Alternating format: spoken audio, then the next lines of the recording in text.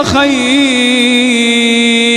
تستبدل أن يكون قرينك الشيطان بدل ما يكون قرينك الملائكة والصالحين من عباد الله عز وجل. أفغير دين الله يبغون، أفغير دين الله يبغون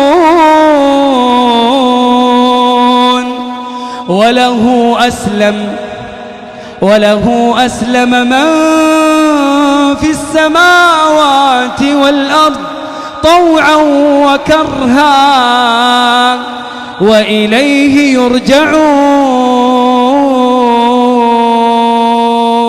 سأقبل يا خالقي من جديد. تبارك الذي نزل الفرقان على عبده ليكون للعالمين نذيرا.